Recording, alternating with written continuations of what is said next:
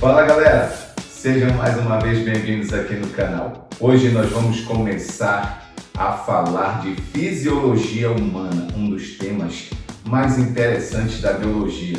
E vamos começar a falar sobre o sistema digestório. Você sabia que o trato gastrointestinal chega a ter até 4,5 metros da boca até o ânus? E que a faringe faz parte de dois sistemas, o respiratório e o digestório, e que a acidez do estômago é tão forte que seria capaz de dissolver um prego. Isso, um prego de ferro.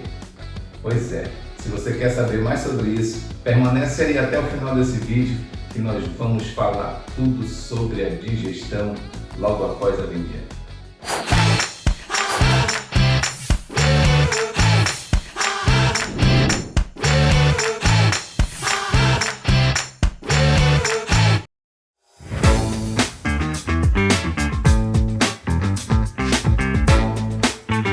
Então, galera, para começar a entender o que acontece no interior do tubo gastrointestinal, nós vamos começar essa saga do alimento a partir da boca. Então, você vai imaginar um sanduíche daqueles assim, artesanal, com uma carne maravilhosa, grelhada, um queijo, ovo, uma salada, tudo aquilo que você gosta em um sanduíche desse, cebola caramelizada, maionese, um molho com a maionese, tudo isso, a entrada do sistema digestório é a boca. A cavidade oral é composta por um conjunto de dentes que vai facilitar a digestão do alimento. Então ele vai começar o que nós chamamos de digestão química. Os dentes que nós temos são capazes de furar, cortar, triturar, moer alimentos. Por isso nós temos um conjunto de dentes que favorece uma dieta onívora, que é o caso da maioria de nós. Nós temos também um papel muito importante na digestão mecânica que acontece na boca. Lembrando você que digestão é o conjunto de quebras, transformações que o alimento vai sofrer ao longo de todo o trato digestivo. A digestão ela pode ser de duas maneiras, não esqueça disso. Física, ou também chamada de mecânica, que consiste na mastigação. O correto na mastigação é que você mastigue o alimento de 30 a 50 vezes antes de engolir. Isso faz com que a maioria de nós, nesse momento, percebamos o quanto nós erramos a vida toda ao comer. Quer dizer que nós comemos errado. Na digestão mecânica, você também tem um papel fundamental da língua. A língua, além da percepção, do tato, contato, a textura do alimento, ela vai ajudar a misturar o alimento à saliva para umedecê-lo, vai ajudar a classificar o dente correto, a posição para a mastigação e o maior sucesso na mastigação, além de misturar na saliva para ajudar também na deglutição e o auxílio na deglutição do alimento. Então a língua tem um papel na percepção de sabores, na mistura do alimento à saliva para umedecer e também para deglutição.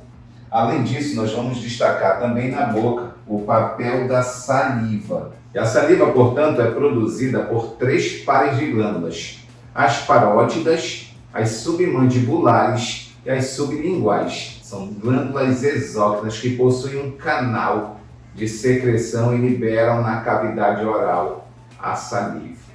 Então, a saliva ela é composta principalmente por água, íons e proteínas, sendo que das proteínas as principais são o muco, também chamado muitas vezes de mucina, que é uma espécie de proteína lubrificante que ajuda a proteger o tecido da boca e também dos demais canais, tubos por onde esse alimento vai passar, para não causar nenhuma fissura, nenhum atrito, para diminuir o atrito, na verdade, e não causar nenhuma fissura. Então nós temos um muco, que é uma proteção. Nós temos também imunoglobulinas, né? Isso mesmo, proteínas que nós chamamos também de anticorpos, que são, a partir do nosso sistema de defesa, uma proteção também para a nossa boca. E o principal são enzimas. A enzima aqui que nós vamos destacar é a pitialina. A pitialina também será chamada de amilase salivar. Então, na boca acontece a digestão mecânica, a mastigação, também vai ocorrer digestão química. E atenção aí, ó, digestão química na boca é digestão química de amido. Então, é bom destacar isso aí para você. O amido é um conjunto, né, uma substância que é um polissacarídeo. Ele é uma forma de armazenar moléculas de glicose. Então, essas moléculas se ligam formando o que nós chamamos de polissacarídeos. Vários, né? Então, nós temos várias moléculas de açúcar formando uma molécula de amido. Então, alguns alimentos, como derivados do trigo, né, que fazem parte da nossa alimentação, como o macarrão. Nós temos alimentos também muito comuns do nosso dia a dia, como o arroz, o pão derivado do trigo, bolos, massas em geral. E você tem também aí, aqui na Amazônia, aqui especialmente no Pará, aqui na cidade de Bragança, que tem uma farinha maravilhosa, a melhor do mundo. Nós temos aí o amido também na farinha, um constituinte importante da farinha. Então nós temos diversas fontes de amido na nossa alimentação. Ele começa a ser digerido na boca. Então nós temos a digestão química do amido. A pitialina, essa enzima, ela vai quebrar moléculas do amido. Eu vou fazer aqui mais ou menos uma representação para a gente, um esqueminha aqui representando. Vamos dizer que cada bolinha dessa aqui é uma molécula de glicose. Então a pitialina, vou fazer aqui um desenho mental para ela. Imagine que ela tem esse formatozinho aqui, só para a gente, né, dar os efeitos especiais aí.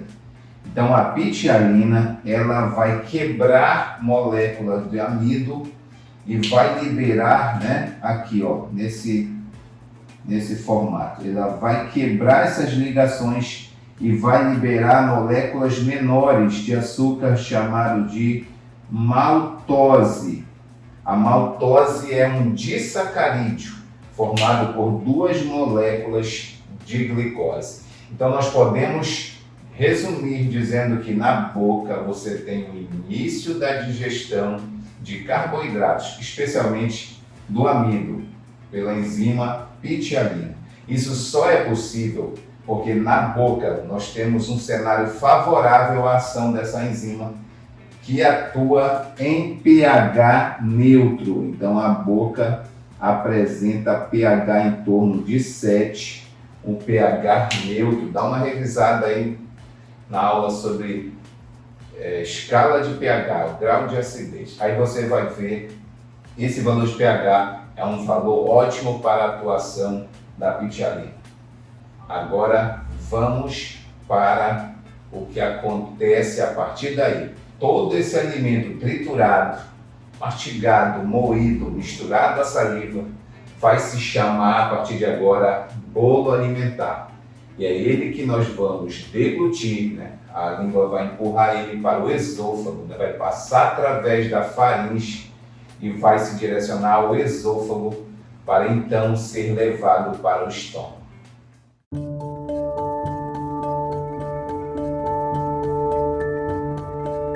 Quando o bolo alimentar chega no esôfago, você tem a partir daí uma série de movimentos que nós vamos chamar de movimentos peristálticos. São movimentos feitos pela musculatura do esôfago, mais ou menos nesse sentido, assim, para empurrar esse alimento.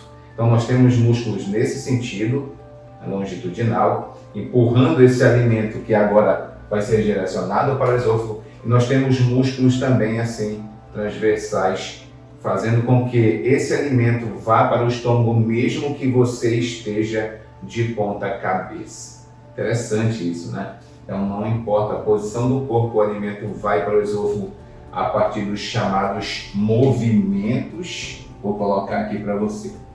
movimentos peristálticos. Um detalhe importante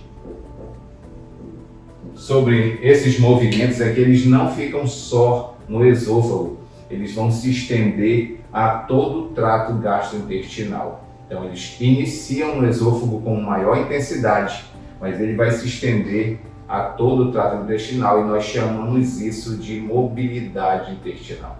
Tá, então esse alimento vai chegar aqui, a porta do estômago, né? É que existe aqui nessa região uma válvula, um esfíncter, um anel musculoso com uma parte de músculo liso aí interessante, que é chamado de esfíncter cardia. Esse esfíncter, ele é uma válvula que impede a volta do alimento, então ele vai permitir somente a entrada do alimento no estômago. Então o alimento vai chegar no estômago nessa região aqui. Então esse esfíncter chama cardia. E agora o estômago, vamos conhecer um pouquinho sobre esse órgão. O estômago ele é dividido, pode ser dividido em 3 partes. Essa região é chamada fundo, essa região aqui no meio é chamada corpo e aqui no final nós temos o antro. Aqui no final, nessa região do antro, aqui no final, nós temos outro esfíncter chamado válvula pilórica. Então aqui eu vou colocar o nome só para lembrar aqui de piloro, né? E aí você tem cardia e piloro, as duas válvulas do estômago. Essa válvula aqui, a segunda válvula, a válvula de baixo, ela fica, né, na divisa com o intestino delgado, a primeira porção do intestino delgado, chamada duodeno. Essa parte corresponde aí mais ou menos a 25 centímetros do intestino delgado, onde acontece a parte mais importante da digestão. Então agora te liga aí, né? No estômago nós vamos encontrar uma mucosa, uma parede interna do estômago muito interessante, muito protegida, né? Então você vai ter aqui a produção de um muco, né, na parede do estômago que protege esse órgão, porque o estômago é um dos ambientes mais hostis que existem. A acidez é tão forte, como eu mencionei no início, o ácido do estômago seria capaz de dissolver um prego de ferro, né? Então, para você ver aí. Eu vou só contar uma historinha, né, para falar do estômago, né? Um filho de pobre foi fazer um exame, né, endoscopia, um dos piores exames que eu já fiz. E aí, quando foram fazer a biópsia, eu vou falar no próximo vídeo as doenças do sistema gastrointestinal, as doenças do sistema digestório. Daí você não perde esse vídeo, porque ele vai falar de todas as doenças que acometem esse sistema e que tem importância para você a nível de provas e concursos aí ao longo de todo o nosso país. E aí, o filho de pobre foi fazer, tinha uma biópsia, né? A gente fica dopado. Aí foram fazer a biópsia e quando tiraram um pedacinho ali da parede do estômago para estudar, ainda encontraram pigmentos de kisuke e daqueles granulados, né? Aqueles confeitos do passado, os bolos do passado, ainda estava lá no estômago do filho de pobre. Olha só, então aqui nós vamos conhecer no estômago, né? Como eu estou falando, o órgão da digestão das proteínas. Então, quando o alimento chegar no estômago, o estômago vai lançar na corrente sanguínea um hormônio chamado de gastrina. Esse hormônio é muito interessante, pessoal, porque ele é um hormônio que tem um órgão produtor, o estômago, e o órgão-alvo é o próprio estômago. Quer dizer que esse hormônio é produzido pelo estômago e atua no próprio órgão. Ele vai estimular a liberação do chamado suco gástrico. Então, assim que o alimento chega no estômago, você vai liberar o suco gástrico, que, entre outras coisas, vai apresentar ácido clorídrico e grãos de zimogênio, melhor dizendo, são pacotes de proteínas, de enzimas inativas, chamados de pepsinogênio. Então, logo imediatamente, esse ácido, quando for liberado, HCl, ele vai ajudar a quebrar esses grãos de enzimas inativas e vai ativá-las, vai liberar as moléculas da principal enzima do estômago chamada de pepsina. A pepsina é a enzima que digere proteínas. Então, daquele nosso sanduíche, o pão, né, foi digerido na boca. Então, o pão já começou a sua digestão, o amido do pão foi digerido na boca. Os outros alimentos vêm todos triturados aí, como nós falamos, de 30 a 50 vezes.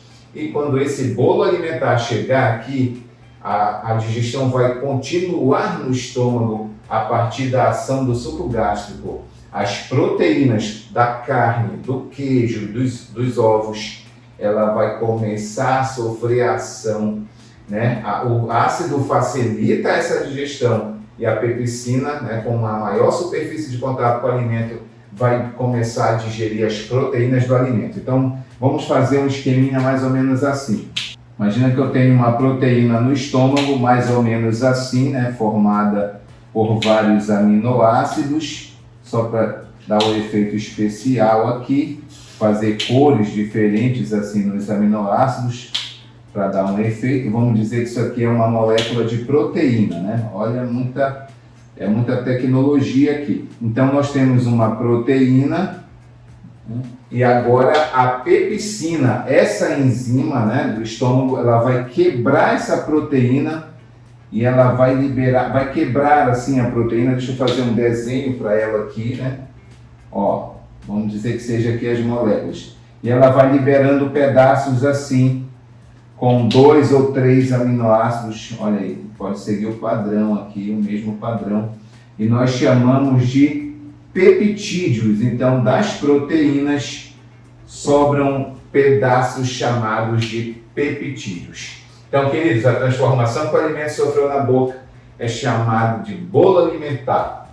Quando ele passar pelo estômago com esses misturas desses sucos ácidos e mais os alimentos agora mais digeridos, nós vamos ter aí a formação do quimo. Então, eu vou colocar aqui a transformação na boca, transformou o alimento em quimo. Esse alimento está agora um pouco pastoso, né? E aí é esse alimento quem vai passar do estômago para o intestino delgado.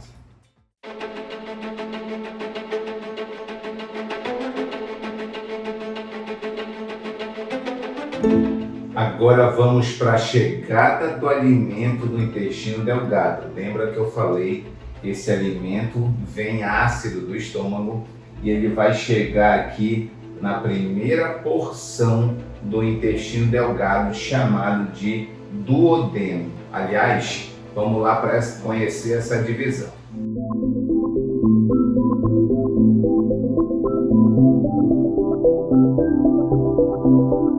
A primeira porção é o duodeno. Ele corresponde mais ou menos a 25 centímetros do intestino. O restante, mais ou menos 2,60 metros, vai ser formado por duas partes, chamadas de jejum e íleo, porém não dá para fazer nitidamente uma separação, então elas parecem uma parte só. O jejum e o íleo seriam a continuação aqui.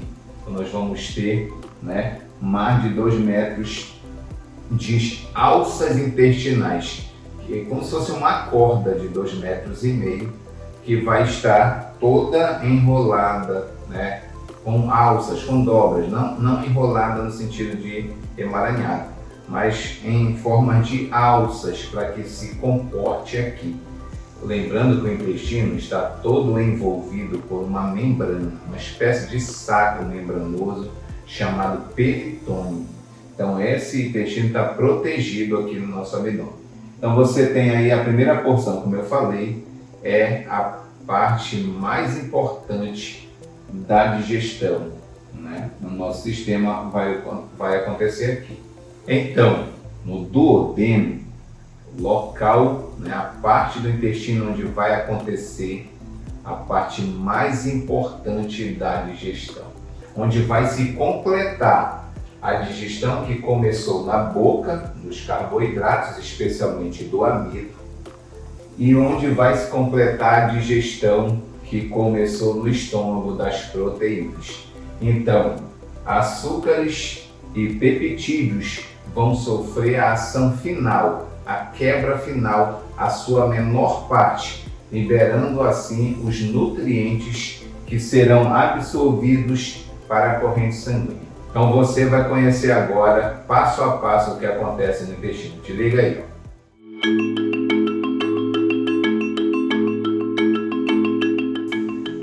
Ao alimento chegar no intestino, o quimo chegar aqui, a primeira reação que vai acontecer é que pâncreas e vesícula biliar irão liberar seus sucos aqui nesse intestino. Então vamos entender e vamos conhecer esses sucos. Primeiro, aqui em lilás, aqui eu desenhei um fígado. Muitas pessoas que estão assistindo esse vídeo acreditam que nem tem mais fígado, tá só uma placa assim, aqui jaz, Mas quem tem fígado, então, esse órgão, ele é um órgão importantíssimo no nosso metabolismo, pois ele vai participar da desintoxicação do nosso organismo.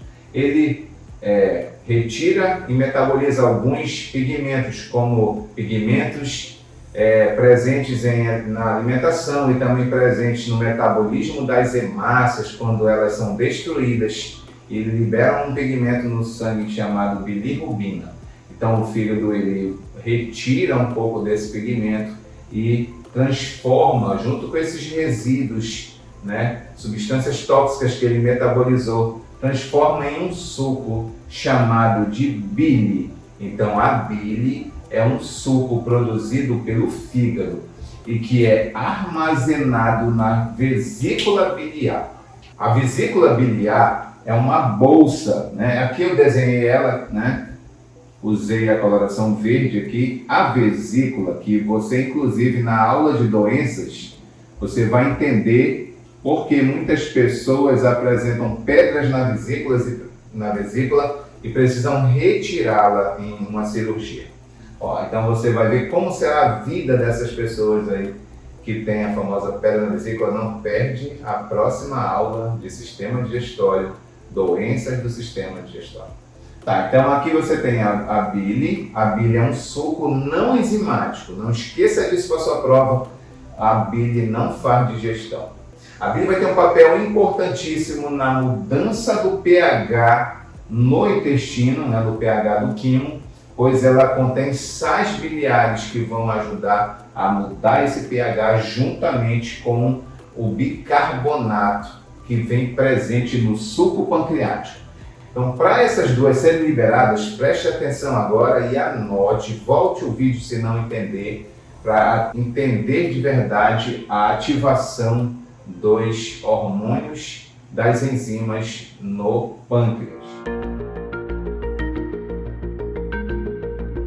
Você vai entender agora como acontece a liberação desses sucos, da bile e do suco pancreático, e a ativação das enzimas para a digestão no duodeno. Vamos lá. Primeiro caso, o intestino vai liberar um hormônio chamado secretina.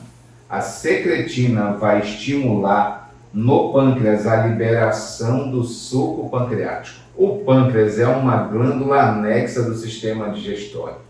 Ele é uma espécie de glândula mista, porque ele também vai ser estudado em dois sistemas. No sistema digestório, quando ele vai estar participando com o lançamento, a secreção através de um canal do chamado suco pancreático, e ele também vai participar do sistema endócrino quando nós formos falar de dois hormônios importantes, a insulina e o glucagon. Não perde a aula de sistema endócrino. Então, olha só, você tem então aqui o pâncreas, ele, como eu falei, vai liberar o suco pancreático. O suco pancreático ele é formado basicamente por bicarbonato, que vai junto com a bile mudar o pH para um pH alcalino. Então nós temos assim, estômago, pH ácido, E quando chega bem aqui, no intestino, o pH é básico, também chamado de alcalino. Então você tem aí uma mudança de pH. Então o alimento chegou aí, houve a liberação do suco pancreático, o intestino ainda irá liberar um hormônio chamado colestecinina. Então, esses dois hormônios, secretina e colestecinina, vão ajudar a liberação, né, respectivamente, do suco pancreático e da bile, né? E aí esses dois sucos vão chegar aqui. Então, no duodeno vai acontecer a digestão dos carboidratos que iniciaram a digestão na boca, maltose, lactose, sacarose. Esses açúcares vão sofrer a ação de enzimas pancreáticas aqui, né? Amilases pancreáticas aqui no duodeno. Os peptídeos que vieram da digestão no estômago das proteínas, eles vão ser quebrados por tripsina e quimiotripsina, enzimas que vão ser ativadas aqui no intestino para essa conclusão, né, da digestão das proteínas, separando agora peptídeos em aminoácidos. Então aqui você vai ter glicose sendo liberada, né? Glicose, galactose, frutose sendo liberado aqui no lúmen, né? Na luz do intestino. E você vai ter agora também a digestão de DNA e RNA, que nós temos chamadas enzimas chamadas de nucleases pancreáticas, que também vão auxiliar na digestão desses alimentos aí. Então você tem essas substâncias sendo digeridas aí, que iniciaram a digestão em algum lugar e agora estão chegando aqui no intestino para completar a sua digestão. A digestão completa que acontece no intestino é a digestão dos lipídios, quer dizer que aquela maionese, né, do molho que estava aqui, aquela gordura, ela vai chegar aqui no intestino e vai ser metabolizada da seguinte maneira: as placas de gordura presentes no alimento, elas vão ser emulsionadas. Preste muita atenção nisso. A bile, ela não contém enzimas, como eu falei. Ela não vai fazer a digestão, ela só auxilia, ela facilita, ela transforma placas de gordura em gotas. Então ela emulsiona, ela faz um papel semelhante ao do detergente lá na sua cozinha. Na hora que você tem que pegar aquela panela do cozidão, toda gordurosa, tem que lavar, você vê que não sai só com água. Tem que colocar um detergente ali, fazer uma espuma, separar em gotículas a gordura para poder eliminá-las ali na água corrente. Então aqui no intestino também a bile ela vai emulsionar gorduras, facilitando assim a digestão feita pelas lipases. As gotículas de gordura agora vão ter uma maior superfície de contato com as enzimas e vai sofrer digestão completa agora no duodeno. Então, o alimento, quando passa por esse processo no intestino delgado, no duodeno, nós chamamos de quilificação. O alimento agora está bem líquido, né? Já foi tudo que deveria ter sido, né, digerido, já foi. Agora nós vamos passar, né, esse alimento vai passar para o intestino a parte do jejum e íleo. Essa parte é especializada, né? Eu fiz um corte aqui, né, do início, entenda aqui o meu esquema bem simples, né? Na simplicidade para você entender o que acontece. O intestino delgado, a parte do jejum e íleo, é a parede interna. Imagina que isso aqui é um tubo, né, que foi cortado em uma parte para você ver a estrutura interna. Ela é toda cheia, né, de dobras assim, internas. Essas dobras são chamadas de vilosidades intestinais. Interessante é que nas células dessas dobras, você também vai encontrar dobras na membrana das células, que nós chamamos de microvilosidades intestinais. Então você tem vilosidades, que são dobras do intestino, como se fosse assim, da pele do intestino. Então tem dobras, e nessas dobras você vai observando aí também que as membranas dessa dobra apresentam dobras chamadas de microvilosidades, tudo isso para aumentar a superfície de contato com os nutrientes e poder ter um sucesso maior na absorção. É fundamental, né? Nós estamos vendo assim, digestão, mobilidade e agora absorção do alimento para o seu organismo. Então, depois de, mais de 1 metro aí, de absorção, você vai ter então esse alimento chegando, mais de 2 metros, perdão, de absorção, esses resíduos agora, que sobrarem com líquidos, cheios de líquido. Em média, nós vamos ter 7 litros diários de secreções do sistema digestório sendo lançados aí até esse final. Então, é muito líquido. O nosso organismo agora, esses resíduos com todo esse líquido vão chegar aqui no intestino grosso. Agora nós vamos entender um pouquinho a estrutura e a função do intestino grosso. Nós temos aqui a divisão dele em 3 partes também. O seco, essa região aqui, que eu tentei esquematizar aqui, nosso desenho, o seco. O seco, existe um prolongamento em forma assim de dedo, chamado de apêndice. Você já deve ter ouvido falar bastante dele, o apêndice secal. E aí esse apêndice, também chamado de apêndice vermiforme, é exatamente um órgão que tem um papel discreto, praticamente desprezível na imunidade.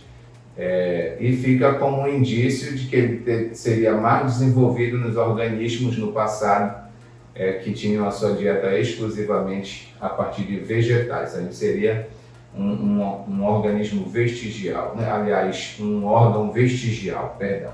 Então aqui nós temos o seco. O seco é uma região onde vai acontecer principalmente uma espécie de fermentação, dos resíduos, que é alimentares que ainda tem aqui. E nessa região, a partir daí, você vai ter o colo. Então você tem o colo ascendente, aí tem o colo transverso e o colo descendente. Então toda essa região aqui chama colo. Aqui nessa região, seco e colo, você vai encontrar bactérias, que vivem em associação mutualística com o homem, chamada Escherichia coli. Essa bactéria é chamada de E. coli também, você vai ver nos livros de biologia.